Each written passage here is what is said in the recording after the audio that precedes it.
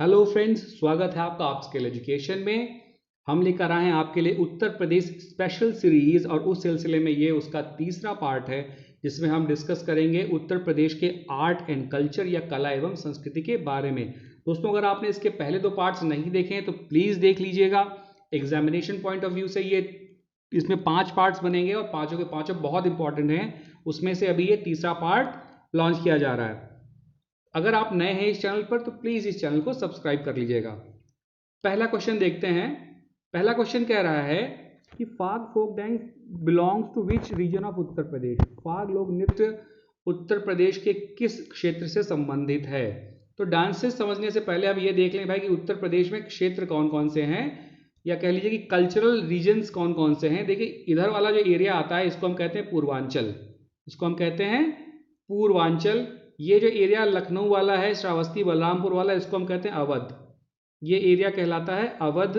और नीचे का जो ये एरिया इसको हम कहते हैं बुंदेलखंड। इसको हम कहते हैं बुंदेलखंड। और इधर का जो ये एरिया है इसको हम कहते हैं पश्चिमांचल। ये चूंकि पश्चिम में पड़ता है तो इसको हम कहते हैं पश्चिमांचल। और ये बरेली वाला एरिया इसको हम कहते हैं रोहिलखंड। रोहिलखंड। और ये जो कन्नौज वाला एरिया आपको दिखाई दे रहा होगा वो कन्नौजी अलग है। मथुरा, आगरा, अलीगढ़ वाला एरिया आता है, इसको कहा जाता है ब्रज। इसको हम कहते हैं ब्रज। तो ये उत्तर प्रदेश के कल्चरल रीजन्स हैं। अब हम डिस्कस कर लेते हैं भाई कि कौन सी आर्ट कहाँ की रिलेशन में है। तो फाग फोक डांस कहाँ मनाया जाता है? फाग फोक डांस मनाया जाता है ब्रज में, जो कि अभी हमने डिस्कस किया। अगला क्वेश्चन है which of the following cultural regions is not found in Uttar Pradesh. भाई उत्तर प्रदेश में कौन से सांस्कृतिक क्षेत्र नहीं है? बुंदेलखंड है, रोहिलखंड भी है, ब्रज भी है। तो इसका आंसर होगा ऑप्शन डी, इनमें से कोई नहीं। अगला क्वेश्चन कहते हैं कव्वाली, नकटा और नौटंकी बिलोंग टू विच रीजन इन उत्तर प्रदेश। कव्वाली, नकटा और नौटंकी उत्तर प्रदेश के किस क्षेत्र से संबंधित हैं? कव्वाली जो है ये भजन की तरह से होती है, जैसे हम लोग भजन गाते थे वैसे ही कव्वाली होती है। और ये सूफियों का काम था, वो सूफी लोग जो भजन गाते थे उसको कव्वाली कही जाती है। और ये कव्वाली अवध एरिया में सूफी लेकर ही आया, मुगल्स के टाइम में और ज़्यादा प्रिवेलेंट हो गई, तो ये आ जाती है आपके अवध में। दूसरा है नकटा। नकटा एक ऐसा म्यूजिक या कह लीजिए फोक आर्ट है जिसमें जब शादियां होती थी पहले ज़माने में तो महिलाएं जो होती थी वो बारात में नहीं जाती थी, वो घर पर रुकती थी। तो उस रात में इसको जो आर्ट परफॉर्म की जाती है इसको नकटा या नकटौरा कहते थे। इसमें महिलाएं ही पुरुष बनती थी और कुछ महिलाएं होती थी वो आपस में ही डांस करती थी और नाटक करती थी। तीसरा आता है नौटंकी। नौटंकी एक ऐसा फोक आर्ट है जिसमें डांस भी होता है और प्ले भी होता है। तो जनरली पहले प्ले होता है और बाद में डांस होता है। और जब डांस होता है तो उसमें मेल और फीमेल दोनों डांस करते हैं। कई जगह मेल फीमेल मिक्स होता है, कई जगह सिर्फ फीमेल डांस करती हैं और कई जगह सिर्फ मेल डांस करते हैं। और ये कहाँ होता है? ये पाया जाता है अवध में। नकटा जो है ये कभी कभी आपको बघेलखंड में भी सुनने को मिल सकता है, लेकिन इस क्वेश्चन का आंसर होगा ऑप्शन सी। अगला क्वेश्चन देखिए, द लीजेंड्स ऑफ आला एंड उदल आर संग इन which part of Uttar Pradesh. भाई आला और उदल की जो बहादुरी की गाथाएं उत्तर प्रदेश के कौन से भाग में गाई जाती? मैंने आपको बताया था ये बुंदेलखंड है। आला और उदल जो थे चंदेल राजा थे, चंदेल किंग थे, उनका नाम था परमाल। चंदेल किंग वही हैं जिन्होंने खजुराहो के मंदिर बनवाए थे। तो ये चंदेल किंग है राजा परमाल, और इनके कमांडर्स थे या इनके सेनापति थे आला और उदल। ठीक है। और युद्ध में उनकी डेथ हो गई थी, बहुत बहादुरी से लड़े थे, इसलिए उनके वीर गीत जो हैं या बैलाड कह लीजिए वो अभी तक गाए जाते हैं। और ये कौन से एरिया से हैं? ये मिलते हैं आपको बुंदेलखंड, ऑप्शन बी। अगला क्वेश्चन है match the following festivals with their locations. Uttar Pradesh में आप जानते हैं बहुत सारे त्यौहार मनाए जाते हैं, होली, दिवाली, ईद, बकरीद सभी जानते हैं। अब जरा बात कर लेते हैं लट्ठमार होली की। देखिए लट्ठमार होली जो है ये बनती है ब्रज में, या ब्रज का एक शहर है उसको कहते हैं बरसाना। और बरसाना एक कह लिए तहसील है मथुरा में, एक टाउन है मथुरा शहर में। दूसरा सोन महोत्सव सोनभद्र में होता है। सुलहकुल, सुलहकुल कह लीजिए या सुलीकुल जो कहा जाता है, इसका मतलब होता है यूनिवर्सल पीस, वैश्विक शांति। और ये एक सूफी का कॉन्सेप्ट है। इसको इंडिया में इंप्लीमेंट किया था सबसे पहले अकबर ने, और उसी को याद करके ये सुलहकुल का जो कॉन्सेप्ट है ये है आगरा में। ठीक है, सुलहकुल का मेला लगता है हर साल आगरा में और हिंदू मुस्लिम एकता को रिप्रेजेंट करता है। अगला आता है सरधाना महोत्सव। सरधाना महोत्सव मेरठ में होता है। ये चर्च आप देख रहे होंगे, ये चर्च सरधाना एक टाउन है मेरठ में, वहां पर लोकेटेड है। और 1820 या 1830 के बीच में यहाँ पर मेला लगना शुरू हुआ था। ये एनुअल मेला, वार्षिक मेला होता है और बहुत बड़ी तादाद में यहाँ पर लोग आते हैं। तो इसके हिसाब से इसका सही आंसर होगा ऑप्शन सी। अगला क्वेश्चन है, मैच द फॉलोइंग। यहाँ पर भी आपको सुमेलन करना है भाई। क्या सुमेलित करना है? ये मेले दिए हुए हैं। उत्तर प्रदेश में बहुत सारे मेले लगते हैं। इसमें सबसे पहला मेला देखिए डिस्कस करेंगे, बटेश्वर का मेला। बटेश्वर का जो मेला है ये लगता है आगरा में। बटेश्वर जी जो है ये शिव का एक फॉर्म माने जाते हैं और यहाँ पर एक टाउन है बटेश्वर, वहाँ पर शिव जी के 101 शिवलिंग हैं और यहीं पर हर साल ये मेला लगता है और बहुत बड़ा मेला होता है। दूसरा है नौचंडी का मेला। नौचंडी का जो मेला होता है ये आपका लगता है मेरठ में। नौचंडी का मेला लगता है मेरठ में अप्रैल और मार्च एंडिंग या अप्रैल के स्टार्टिंग, जिस समय नवरात्रि होती है, चैत्र नवरात्रि, उस समय स्टार्ट होता है। तीसरा दिया देवी पाटन का मेला लगता है बलरामपुर में, ये भी चैत्र नवरात्रि के समय ही होता है। फिर है देवा शरीफ का मेला।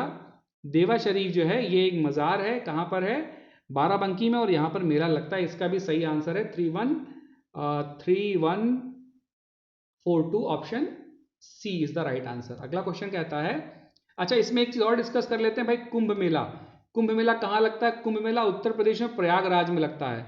वैसे 12 साल में एक बार आता है प्रयागराज में, जिसको महाकुंभ कहते हैं। हर 6 साल में अर्धकुंभ होता है। ठीक है, किसने शुरू किया था? ये शुरू किया था हर्षवर्धन ने। किसने शुरू किया था? ये किया था राजा हर्षवर्धन ने स्टार्ट किया था, और जिस समय स्टार्ट किया था उस समय ये 5 साल में एक बार लगता था। ठीक है, ये 4 शहरों में लगता है। कहाँ कहाँ पर लगता है ये लगता है हरिद्वार में, प्रयागराज में, उज्जैन में और नासिक में। 3-3 साल के डिफरेंस पर महाकुंभ होते हैं इन 4 शहरों में।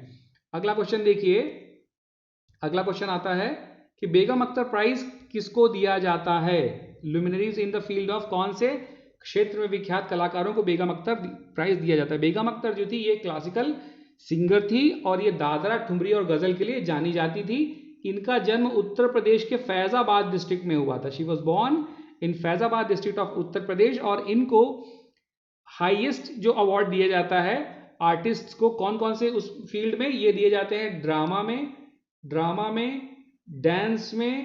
डांस में और म्यूजिक में।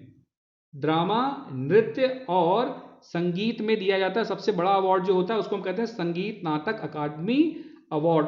उस अवार्ड से इनको विभूषित किया गया था और इनके नाम पर जो अवार्ड दिया जाता है वो उन लोगों को दिया जाता है जो दादरा, ठुमरी और गजल तीनों चीजें गाते हैं। तो इसका आंसर होगा option D, all of the above.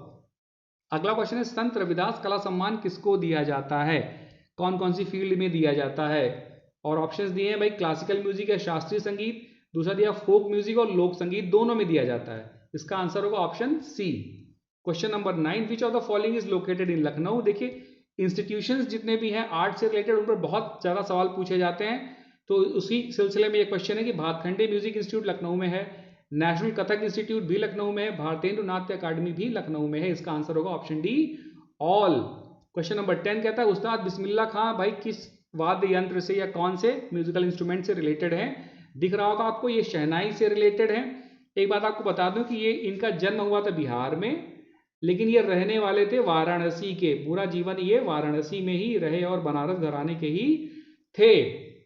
इनको जो हाईएस्ट सिविलियन अवार्ड्स होते हैं 4 वो दिए गए हैं। इनको पद्मश्री मिला हुआ है, पद्म विभूषण मिला, पद्म विभूषण मिला और उनको भारत रत्न भी दिया गया है।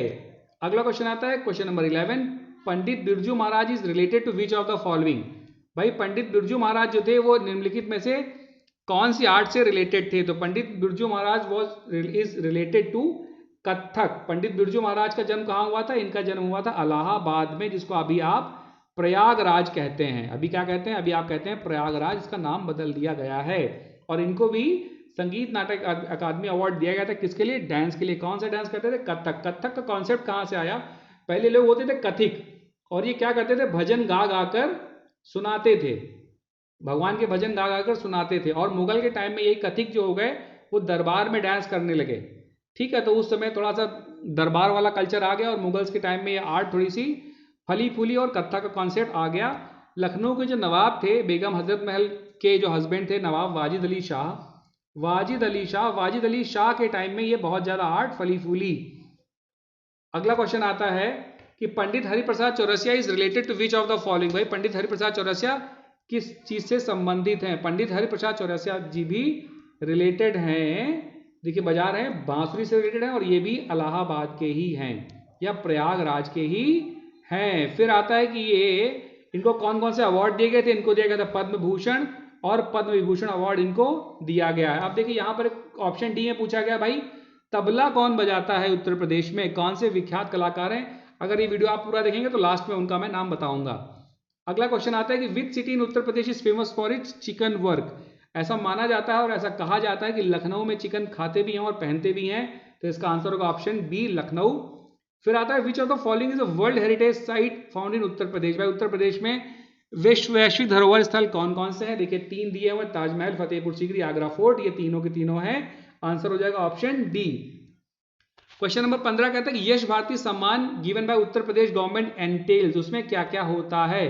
यश भारती सम्मान जो दिया था उसमें क्या क्या निहित होता है? देखिए उसमें लेटर ऑफ एप्रिसिएशन मिलता है, ठीक है, एक सर्टिफिकेट जिसको आप कह लीजिए 11 लाख का नकद पुरस्कार दिया था और 50,000 रुपए की पेंशन दी जाती। पेंशन तब दी जाती जब कलाकार कहता है कि उसको पेंशन की जरूरत है, मतलब ऑन डिमांड। तो इसमें ऑप्शन होगा डी ऑल। अगला क्वेश्चन दिया हुआ है world famous zari work is carried out in which of the city of Uttar प्रदेश।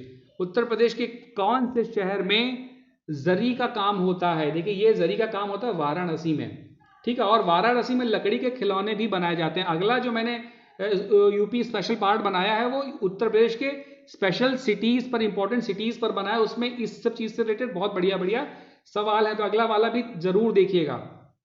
अगला क्वेश्चन आता है कि कजरी, चैती और फोक सॉन्ग्स, कजरी और चैती जो हैं ये कौन से प्रदेश के फोक सॉन्ग्स हैं, लोकगीत हैं। कजरी कब गाई जाती है? कजरी गाई जाती है सावन में, ठीक है, कजरी गाई जाती है सावन में। और चैती कब गाई जाती है? चैती फिर वही चैत्र का जब महीना होता है, जो पहला महीना होता है हिंदू कैलेंडर का, कब होता है ये? मार्च के एंड में और अप्रैल के स्टार्टिंग में, जब पहली नवरात्र सेलिब्रेट की जाती है वहां पर ये गाया जाता है। और इसमें जनरली भगवान राम के भजन होते हैं। और कजरी जब गाई जाती है तो ये रोमांटिक सॉन्ग्स कह लीजिए इनको, या हस्बैंड वाइफ से रिलेटेड में जो सॉन्ग्स होते हैं वो इसमें एंटेल रहते हैं। एक और सॉन्ग होता है उसको हम कहते हैं सोहर, सोहर और दादरा, ठीक है, तो सोहर कह लीजिए, दादरा कह लीजिए। सोहर कब गाया जाता है जरा? जब बच्चों का जन्म होता है तब सोहर गाते हैं, ठीक है, बच्चों का जन्म जब होता है तब स्पेशली पूर्वांचल में गाया जाता है, सोहर गाते हैं। तो ये जो कजरी और चैती था ये पूर्वांचल से या भोजपुर से रिलेटेड है। अगला क्वेश्चन है in which of the following cities was the land capital of Ashoka found. Ashok की लाट कौन से शहर में पाई गई है? देखिए अशोक की लाट, अशोक की जहां जहां अंपायर था, जहां जहां उनका साम्राज्य था, वहां उन्होंने अपनी लाट स्थापित की थी, स्टैब्लिश की थी, और इस समय उनकी लाट जो है वो सारनाथ में है, तो इसी को लैंड कैपिटल ऑफ अशोका कहा जाता है। सारनाथ को ऋषिपट्टनम भी कहते हैं। अगर ऑप्शन में कभी ऋषिपट्टनम आ जाए तो आप बिल्कुल कंफ्यूज मत होइएगा। देखिए जो 4 शहर दिए हैं, चारों शहर बहुत ज्यादा इंपॉर्टेंट है। किससे इंपॉर्टेंट है? ये इंपॉर्टेंट है बुद्ध से, ये चारों शहर इंपॉर्टेंट है बुद्ध के जीवन से। कैसे इंपॉर्टेंट? देखिए पहला शहर जो दिया हुआ है उसको कहते हैं लुम्बिनी। लुम्बिनी में बुद्ध का क्या हुआ था? लुम्बिनी में बुद्ध का जन्म हुआ था, ही वॉज बॉर्न इन लुम्बिनी। दूसरा शहर दिया हुआ बोधगया, दूसरा शहर दिया हुआ बोधगया। बोधगया में क्या हुआ था? बोधगया में इनको निर्वाण हुआ था या ज्ञान की प्राप्ति हुई थी। बोधगया में इनको निर्वाण हुआ था या ज्ञान की प्राप्ति हुई थी। तीसरा शहर दिया हुआ है सारनाथ, सारनाथ दिया हुआ तीसरा। इसमें इन्होंने क्या किया? इसमें इन्होंने अपना पहला सरमन दिया था। सरमन मतलब अपना पहला अभिभाषण दिया था, किसको? अपने शिष्यों को। और कपिल वस्तु में इनकी डेथ हुई थी। कपिल वस्तु में क्या हुआ था? इनकी मृत्यु हो गई थी। तो ये चारों शहर बहुत ज्यादा इंपॉर्टेंट है, इनको अच्छे से देख लीजिएगा। और इसका आंसर क्या होगा? आंसर है इसका सी, इसका आंसर होगा ऑप्शन सी। अगले क्वेश्चन तरफ बढ़ते हैं। Question number 19 which of the following are the results of Mathura school of art. देखिए प्राचीन समय में 2 ही स्कूल ऑफ आर्ट ज्यादा फेमस थे, एक था गांधार, एक था गांधार। गांधार से आपको कांधार याद आता होगा जो कि अफगानिस्तान में है, ठीक है, तो ये एरिया अफगानिस्तान के पास का ही था, सेंट्रल एशियन एरिया था। और दूसरा था मथुरा स्कूल ऑफ आर्ट। तो मथुरा स्कूल ऑफ आर्ट था। क्या क्या मिलता था मथुरा स्कूल ऑफ आर्ट में? क्या क्या मिला है एक्सकेवेशन के बाद में, खुदाई के बाद में? बुद्ध की स्टैच्यूज मिली हैं, जैन तीर्थंकरों की भी स्टैच्यूज मिली हैं, और साथ ही साथ हिंदू डीटीज की भी स्टैच्यूज मिली हैं। इसमें आप देख सकते हैं ये है राजा कनिष्क, ये राजा कनिष्क हैं, और साथ में आपको देखिए ये जैन मिल जाएंगे, ये बौद्ध मिल जाएंगे। और ये जो मूर्ति आपको दिख रही होगी, ये जो मूर्ति है ये किसकी है? ये कुबेर की है, और ये एक हिंदू देवता है कुबेर, उनकी मूर्ति मिली हुई है। तो इसका आंसर होगा ऑप्शन डी ऑल। अगला क्वेश्चन देखते हैं जरा, अगला क्वेश्चन देख लेते हैं। Question number 20 match the following animals found on lion capital of Ashoka with their respective directions. उनके दिशाओं के हिसाब से कौन कौन से जानवर मिले। देखिए आपको बता दें जरा लायन कैपिटल के बारे में, नीचे कमल दिया हुआ है, ये लोटस है, कमल दिया हुआ है, और उसके ऊपर ये एक एबैकस या ड्रम कह लीजिए, उसमें आपका चक्र है और इसमें 4 जानवर दिए हुए हैं, ठीक है।